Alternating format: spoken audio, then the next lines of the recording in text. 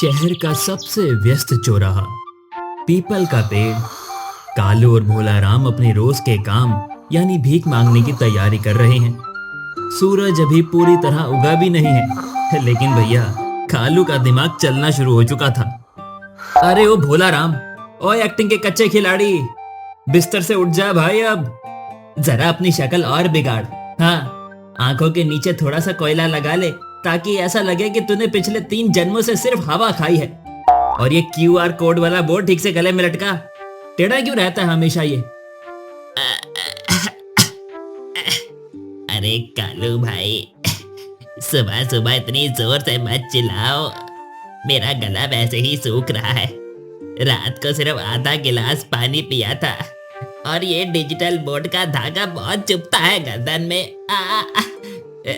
वैसे एक बात बताओ, आज अंधा कौन बनेगा, तुम या मैं? कल मैं बना था और दिन भर आंखें बंद रखने के चक्कर में मैं सचमुच नाले में गिरते गिरते बचा था। अबे चुप कर, हर बार की तरह मैं ही अंधा बनूंगा और तू ही मेरी लाठी पकड़ेगा, समझा? अबे तेरी शक्ल देखकर लोग तरस कम खाते हैं, हंसते ज्यादा है। जब तू रोता है ना भोला, तो ऐसा लगता है जैसे कोई कॉमेडी फिल्म चल रही हो। चल चल, वो देख, लाल बत्ती पर एक बड़ी गाड़ी आकर रुकी है। शुरू हो जा, जा अपनी वो रोने वाली VIP आवाज निकाल। चल चल। ए बाबूजी, 5 रुपया दे दो, भगवान तुम्हारी जोड़ी सलामत रखेगा। अगर 10 रुपया दोगे तो भगवान तुम्हारी छिपी हुई तिजोरी का पता सीधा तुम्हारे सपने में आकर बता देगा।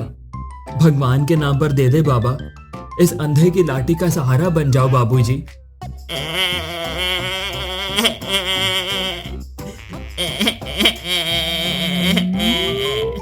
हाँ बाबूजी, छुट्टा नहीं है तो कोई बात नहीं, टेंशन मत लो।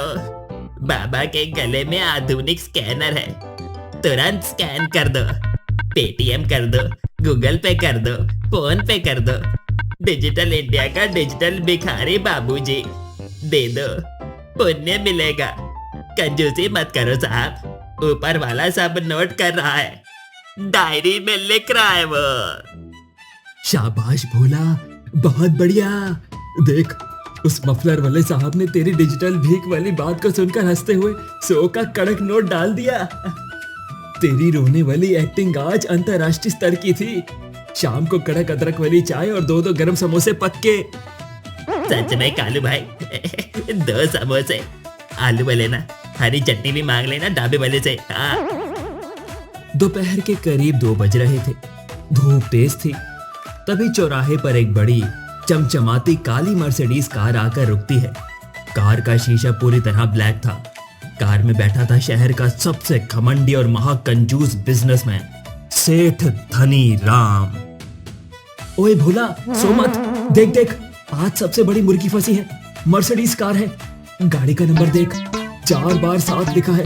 चल चल, गाड़ी के शीशे पर अपनी उंगलियों से धीरे से दस्तक दे, पर ध्यान रहे नाखून मत रगड़ना। अमीर लोग गाड़ी पर स्क्रैच देखकर सीधा जेल भिजवा देते हैं, ठीक है ना?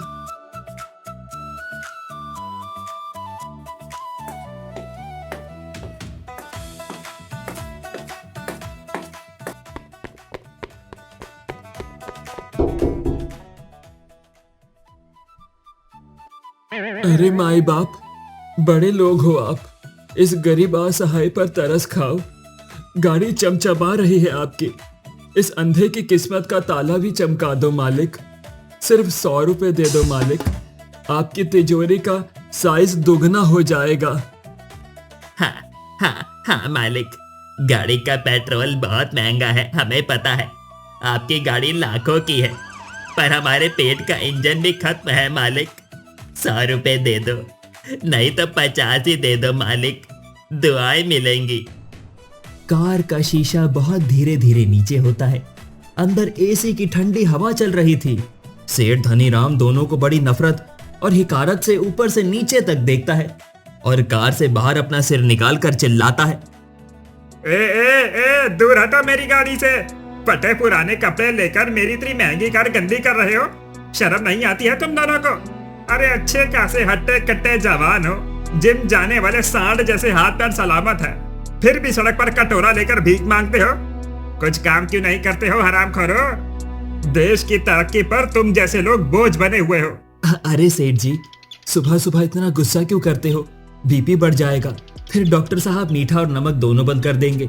और रही बात काम की, तो काम तो आप करते हो सेठ जी। सुबह से शाम तक सिर्फ पैसों की टेंशन, रात को बिना नींद की, और हम दोनों बिना किसी बॉस के, बिना किसी काम के राजा की जिंदगी जीते हैं। सच कहे तो आप हमें भीख नहीं दे रहे, अपनी मेहनत की कमाई से हमें टैक्स दे रहे हो ताकि हम दुआएं दें आपको। क्या कहा? टैक्स? इतनी हेकड़ी एक मामूली सड़क छाप भिखारी की तुम मुझे ज्ञान दोगे? तुम दोनों खुद को राजा समझते हो ना? मैं तुम दोनों को खुली चुनौती देता हूं। अगर तुम दोनों ने बिना भीख मांगे अपनी मेहनत से 1 महीने के अंदर, यानी ठीक 30 दिन में 10,000 रुपए कमा कर दिखा दिए, तो मैं तुम्हें 1 लाख रुपए इनाम दूंगा, नगद कैश। 1 लाख रुपए? कालू भाई, ये तो बहुत सारे नोट होते हैं। हमारी 7 पुश्तों ने भी एक साथ नहीं देखे हैं।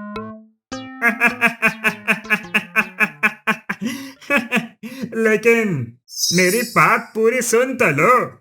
अगर तुम हार गए तो तुम दोनों को ये शहर छोड़कर हमेशा के लिए भीख मांगते हुए कहीं दूर जाना होगा। इस चौराहे पर दोबारा दिखे तो पुलिस से कहकर पैर तुड़वा दूंगा तुम्हारे।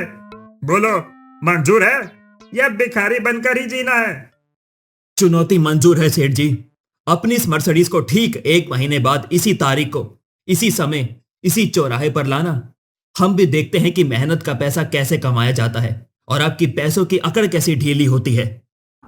चुनौती तो ले ली गई, लेकिन असली परीक्षा तब शुरू होने वाली थी। अगले ही दिन से कालू और भोला राम के सामने मुसीबतों का पहाड़ टूट पड़ा। अब वो भीख नहीं मांग सकते थे। दोनों ने पुराने फटे कपड़े फेंके और थोड़े साफ कपड़े पहनकर बाजार में काम ढूंढने लग गए।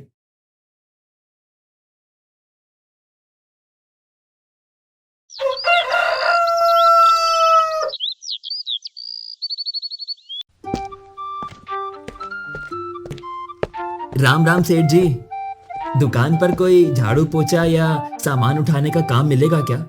हम दोनों बहुत मेहनती हैं, जो बोलेंगे वो करेंगे, वफादारी के साथ करेंगे। अरे तुम तो वही चौराहे वाला भिखारी हो ना, जो अंधे बनने का नाटक करता था और लोगों को बेवकूफ बनाता था। भागो यहाँ से, दुकान में तिजोरी साफ करनी है क्या? चलो चलो निकलो, वरना पुलिस को बता दूंगा। चल। कालू भाई, कोई हमारी साफ नीयत पर भरोसा ही नहीं कर रहा है। सब हमें चोर समझ रहे हैं।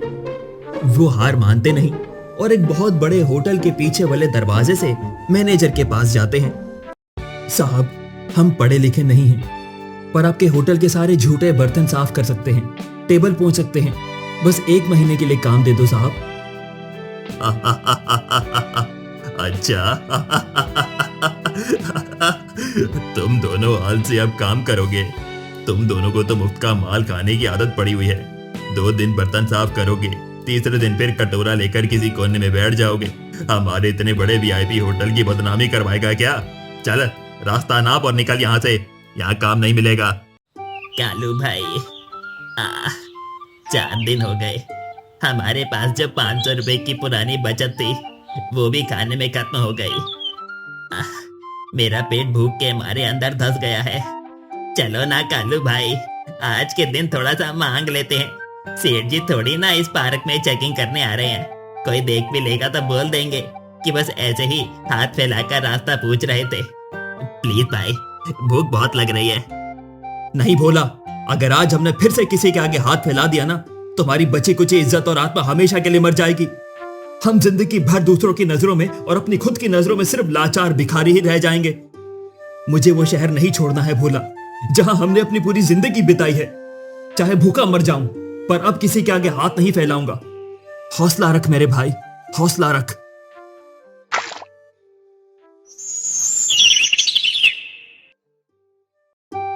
दोनों दोस्त भूख, प्यास और निराशा के गहरे अंधेरे में डूबे हुए थे। तभी उस पार्क के रास्ते से कॉलेज के रिटायर्ड प्रोफेसर शास्त्री गुजर रहे थे। वो दोनों की हालत देखकर रुक जाते हैं। उनके हाथ में एक बड़ा टिफिन था। वो चुपचाप आते हैं और टिफिन खोलकर उन दोनों के सामने रख देते हैं। ये लो बच्चों, रोना और बातें बाद में करना। पहले इस टिफिन को पूरा खत्म करो और पेट भरकर खाना खाओ। मैं पिछले 10 मिनट से पेड़ के पीछे खड़ा होकर तुम्हारी सारी बातें सुन रहा था। भगवान आपका भला करे बाबूजी। आप इंसान नहीं है, हमारे लिए साक्षात भगवान के भेजे हुए फरिश्ते हैं। क्या करें बाबूजी, हम अनपढ़ हैं। दुनिया हमें सिर्फ और सबसे नीच भिखारी समझती है।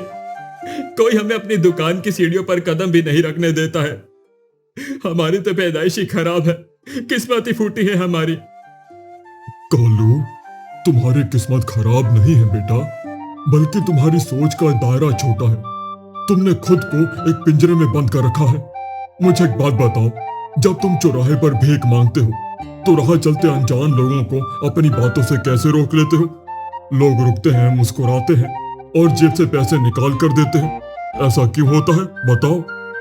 वो तो बाबूजी, बस मैं कुछ मजेदार बातें बोल देता हूँ, थोड़ी शायरी सुना देता हूँ और सामने वाले के मूड के हिसाब से डायलॉग मार देता हूँ। लोग खुश होकर पैसे दे देते हैं।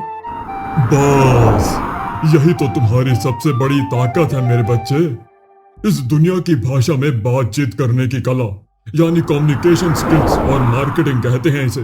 बड़े बड़े लोग लाखों करोड़ों रुपए की डिग्री लेकर भी लोगों को अपनी तरफ आकर्षित नहीं कर पाते। जो हुनर तुम्हें प्राकृतिक रूप से है। और भोला राम, तुम कालू का साथ इतनी वफादारी से देते हो कि तुम्हारी ये जय वीरू जैसी जोड़ी कमाल की है भाई। इस अनमोल हुनर को तो भीख मांगने में क्यों बर्बाद कर रहे हो तुम? इसे किसी अच्छे बिजनेस में क्यों नहीं बदलते? बिजनेस? बाबूजी, आपकी बातें सुनने में बहुत अच्छी लग रही हैं, पर हमारे पास तो एक छोटी सी चाय की टपरी खोलने के भी पैसे नहीं है। दुकान के एडवांस और किराया कहां से लाएंगे हम? ये लो, ये कोई भीख या दान नहीं है, बल्कि एक शिक्षक का अपने काबिल शिष्यों पर भरोसा है। तुम्हें कोई दुकान किराए पर लेने, तुम्हारी अपनी सबसे बड़ी मार्केट वही चौराहा है, जहाँ के कोने कोने को तुम जानते हो और लोग तुम्हें पहचानते हैं। कल से अपनी इस बोलने की कला को सही दिशा में लगाओ और उस घमंडी सेठ को दिखा दो कि एक भिखारी जब ठान लेता है तो वो क्या कर सकता है। बाबूजी, आपने हमारी सोई हुई आत्मा को झकझोर कर रख दिया है। भोला, रोटी खाली हो तो हाथ पहुंच और खड़ा हो। अब रोने और गिड़गिड़ाने के दिन हमेशा के लिए खत्म हो गए हैं। कल से हमारा नया अवतार होने वाला है।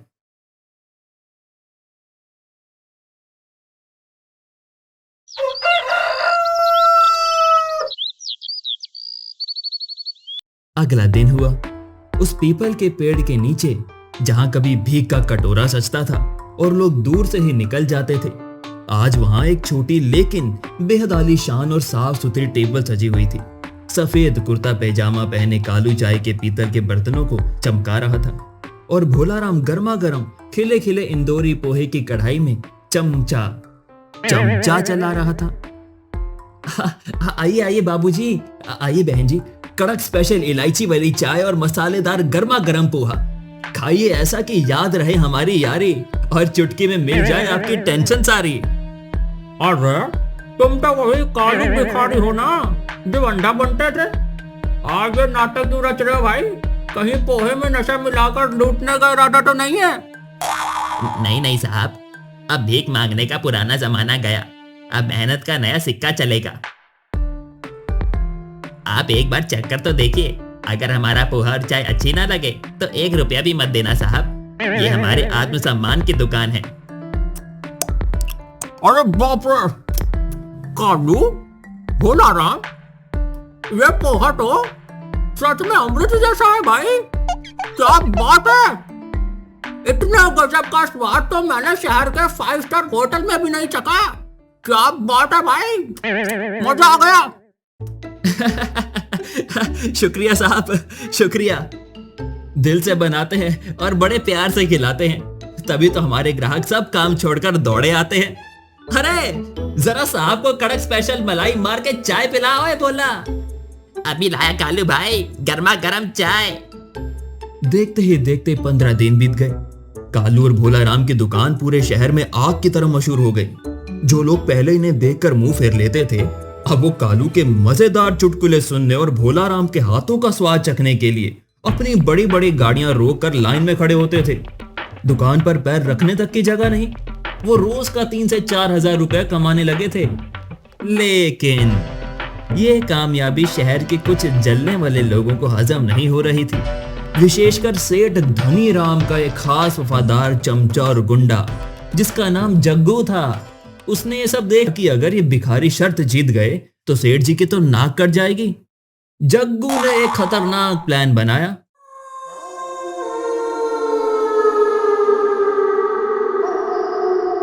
बीसवें दिन की रात को जब कालू और भोला राम अपनी दुकान समेट कर सो रहे थे, जग्गू अपने दो आदमियों के साथ आता है और उनकी दुकान के मसाले और पोहे के डिब्बों में चुपके से कचरा और चूहे मारने की दवा मिलाने की कोशिश करता है ताकि सुबह ग्राहक बीमार हो जाएं और पुलिस इन्हें पकड़ ले। तभी अचानक भोला राम की आंख खुल जाती है क्योंकि उसे बर्तनों के हिलने की आवाज आती है। कालू भाई उठो, दुकान के पास कोई साया दिख रहा है, कोई हमारे बर्तनों के साथ छेड़छाड़ कर रहा है। कौन है वहां? ओए चोर चोर! कालू और भोला राम डंडा लेकर दौड़ते हैं।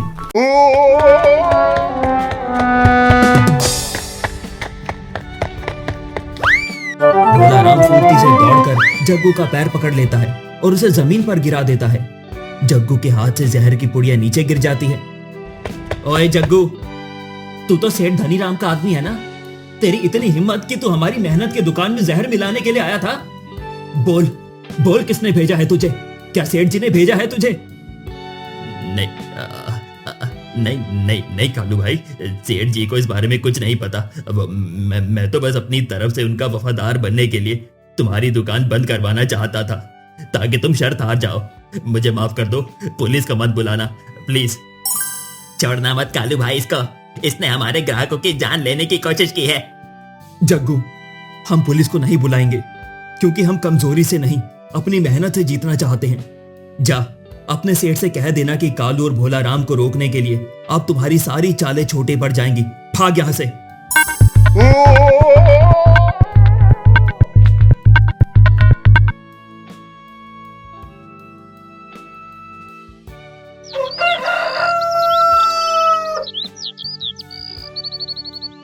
ठीक 30वां दिन आ गया। दोपहर का वही वक्त, चौराहा पूरी तरह कचाकच भरा हुआ था। तभी दूर से वही चमचमाती मर्सिडीज कार हॉर्न बजाती हुई आती है और पीपल के पेड़ के पास आकर रुकती है। सेठ धनीराम बड़े घमंड से सनग्लासेस पहनकर कार से उतरता है। उसे पूरा भरोसा था कि वो भिखारी डर के मारे शहर छोड़कर भाग गए होंगे, लेकिन जैसे ही उसकी नजर पीपल के पेड़ के नीचे लगे, सैकड़ों लोगों की भारी भीड़ और कालू भोला स्नैक्स के बड़े बोर्ड पर पड़ती है, उसके तो पैर ही जम जाते हैं। कालू और भोला राम बिल्कुल साफ सफेद कुर्ते में, गले में एक नया साफ तौलिया डाले, मुस्कुराते हुए सेठ की तरफ बढ़ते हैं। आइए आइए सेठ धनीराम जी, राम राम। हमें पूरा यकीन था कि आप अपनी जुबान के पक्के हैं और ठीक समय पर आएंगे। भोला, सेठ जी के लिए हमारी दुकान की सबसे वीआईपी मलाई मार के चाय तो लेके आ, और कड़क इंदौरी पोहा भी, वो भी सोने के जैसे चमचमाती प्लेट में। ये सब क्या तमाशा है? तुम दोनों ने यहाँ सचमुच का बिजनेस खोल लिया? ये इतनी भीड़, ये सब लोग तुम्हारी चाय के लिए खड़े हैं? ये कोई तमाशा नहीं है सेठ जी, ये हमारी पिछले 30 दिनों की रात दिन की ईमानदारी और खून पसीने की मेहनत का नतीजा है। चक्कर तो देखिए, इसमें हमारे आत्मसम्मान का स्वाद है। और सेठ जी, ये लीजिए, आपकी शर्त के मुताबिक 10,000 रुपए नहीं, बल्कि हमारी इस छोटी सी दुकान से हुई शुद्ध कमाई के पूरे 25,000 रुपए। आराम से गिन लीजिए सेठ जी, इसमें एक भी नोट भीख का नहीं है, ना ही किसी से मांगा हुआ है। हम आपकी शर्त पूरी इज्जत के साथ जीत चुके हैं। अब आप बताइए, किसका शहर है ये? सेठ धनीराम बिल्कुल सुन खड़ा रह गया। उसने अपनी जिंदगी में बड़े बड़े बिजनेसमैन देखे थे, लेकिन ऐसी इच्छा शक्ति कभी नहीं देखी थी। उसने कांपते हुए हाथों से चाय का कुल्हड़ उठाया और एक चुस्की ली। स्वाद वाकई लाजवाब था। उसका बरसों पुराना घमंड आज उस मिट्टी के कुल्हड़ के सामने चूर चूर हो चुका था। कृपया से मना मत करना।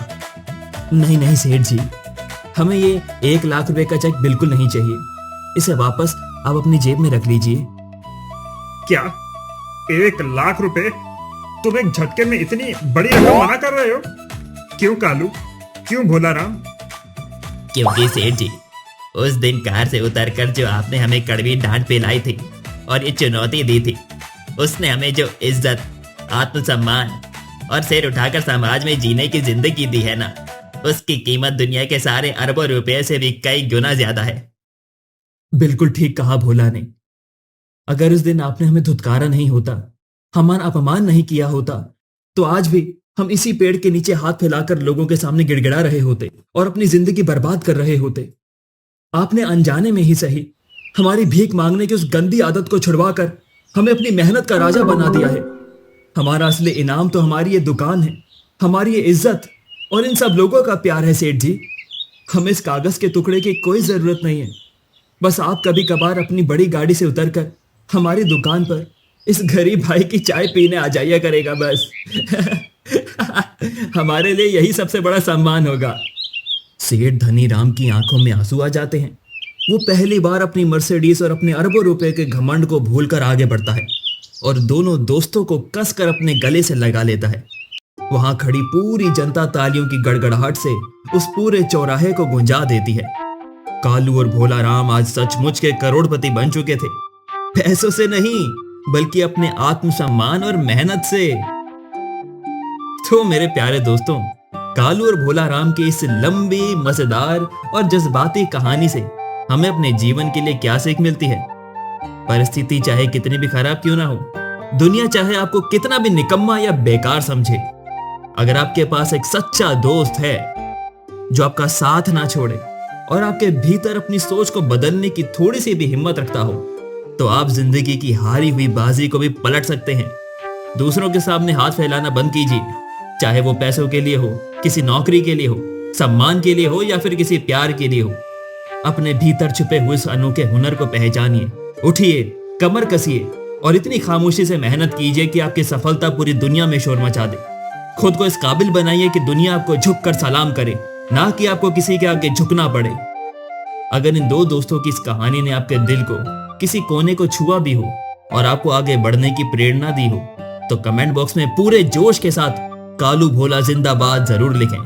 इस वीडियो को दिल से एक लाइक दें और अपने दोस्तों के साथ जरूर शेयर करें जिन्हें आज एक मोटिवेशन की जरूरत है। चैनल को सब्सक्राइब करना बिल्कुल मत भूलना। मिलते हैं अगली वीडियो में एक और धमाकेदार और प्रेरणादायक कहानी में। तब तक के लिए खुश रहिए, स्वस्थ रहिए और अपनी जिंदगी की घड़ी को आगे बढ़ाते रहिए। जय हिंद, वंदे मातरम।